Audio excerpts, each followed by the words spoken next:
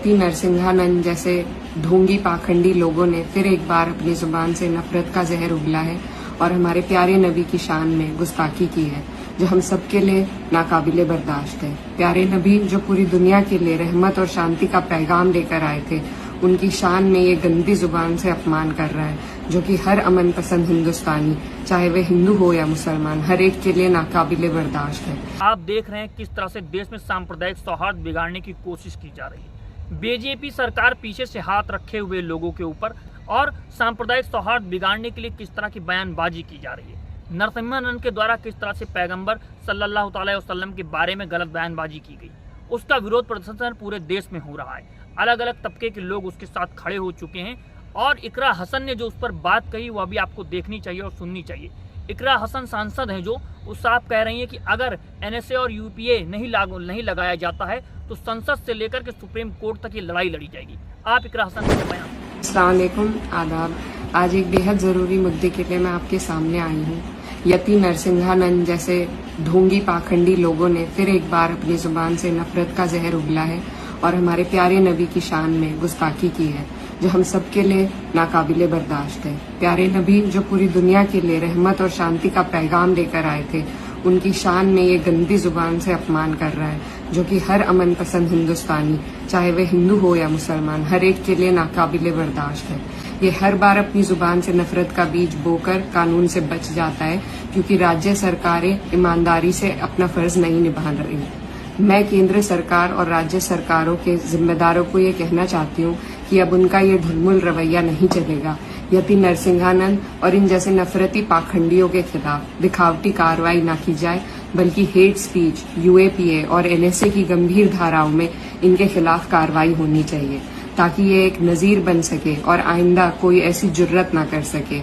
ऐसा न होने पर हम संसद और सुप्रीम कोर्ट में हर मुमकिन कार्रवाई करेंगे, अपना विरोध दर्ज करेंगे और संविधान ने हमें जो सर उठा के जीने का अधिकार दिया है उसे हम लेकर रहेंगे, हरगिज चुप नहीं। वीडियो देखी, वो साफ तौर से कह रही हैं कि कैराना से सांसद जो चुनकर के आई हैं, यति नरसिम्हानंद की निंदा करते हुए उन्होंने कहा उसके ऊपर यूएपीए और एनएसए के तहत कार्यवाही होनी चाहिए, और अगर ऐसा न हुआ तो इस मुद्दे को सुप्रीम कोर्ट से लेकर संसद तक इसका विरोध किया जाएगा।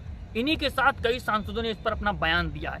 चंद्रशेखर आजाद रावण जिस तरीके से अपनी बात को रखते हैं, वो मुसलमानों के साथ खड़े होते हैं और नगीना से सांसद चुनकर के आए हैं, जमीन से लेकर संसद तक वो आवाज उठाते हैं, उसको भी आप सुनिए। आजकल जिस तरह से वीडियो बना बना के जानबूझ के एक धर्म को टारगेट करके और उनमें भी हजरत मोहम्मद साहब के खिलाफ जिस तरह की बयानबाजी करके धार्मिक उन्माद, झगड़ा कराना और एक षड्यंत्र के थ्रू, जबकि ये सत्य है कि उनका कद इतना बड़ा है कि सूरज को दिया दिखाने की जरूरत नहीं पड़ती, इन तरह की टिप्पणियों से उनके ऊपर कोई फर्क नहीं पड़ता, लेकिन फिर भी जानबूझ के कि मुस्लिम समाज आक्रोश करके सड़क पे आ जाए और इनका चुनावी एजेंडा सेट हो, ये सब भाजपा के लोग हैं और भाजपा के इशारे पे ऐसा करते हैं। ऐसा बयान देने वाले जिन्होंने हजरत मोहम्मद साहब के बाद या किसी भी धार्मिक इसके खिलाफ कोई बयान देता है, उन पर सख्त कार्रवाई करनी चाहिए। और मैं तो ये कहूंगा, गाजियाबाद वाले जिनका दिमाग खराब हो गया है, उनके खिलाफ एनएसए कार्रवाई करके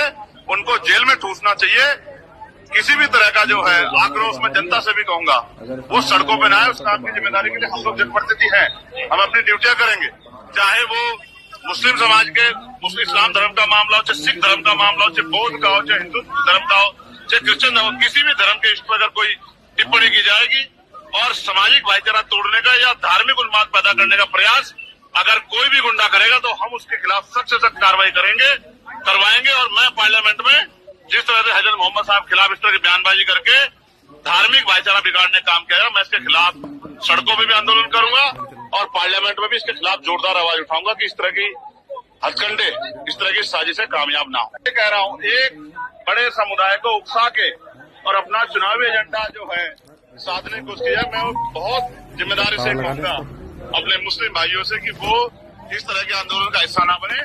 जब आप लोगों ने हमें वोट देकर जनप्रतिनिधि बनाया है तो हम आपकी आवाज पार्लियामेंट में और सड़कों पे उठाएंगे, हम इसके लिए हैं, लेकिन आप इनके षड्यंत्र में न आए। जिस तरह से आप सड़कों पे आओगे तो इनका जो है चुनावी एजेंडा सेट होता जाएगा, तो बहुत समझदारी से काम ले। वीडियो में देखा कि चंद्रशेखर आजाद जमीन पर बैठे हुए हैं और मुसलमानों के साथ खड़े हो गए।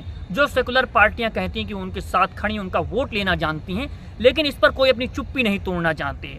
चंद्रशेखर रावण कहते हैं कि पैगंबर साहब पर अमर्यादित टिप्पणी से नाराज भीम आर्मी चीफ ने उस कथित बाबा पर एनएसए लगाने की मांग की है। चंद्रशेखर आजाद ने कहा, गाजियाबाद वाले यानी नरसिम्हानंद जिनका दिमाग खराब हो गया है, उनको जेल में बंद करके उन पर एनएसए लगाकर के कार्रवाई की जानी चाहिए।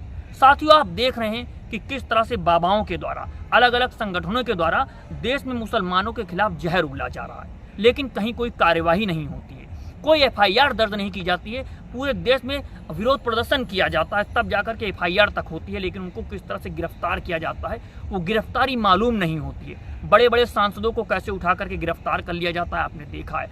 आप उमर खालिद को देखेंगे, सिर्फ छोटे छोटे बयानों के कारण जेल में डाल दिया गया, बेल तक नहीं मिलती है। अगर आप मुसलमान हैं तो आपके खिलाफ ऐसी ऐसी धाराएं लगाई जाएंगी कि आप ताजिंदगी सड़ते रहेंगे, आपको बेल तक नहीं मिलेगी। आप इस मुद्दे पर क्या सोचते हैं, अपनी राय कमेंट बॉक्स में कमेंट करें। आप देख रहे हैं दो बोल न्यूज़, मैं आमिर खान आजाद।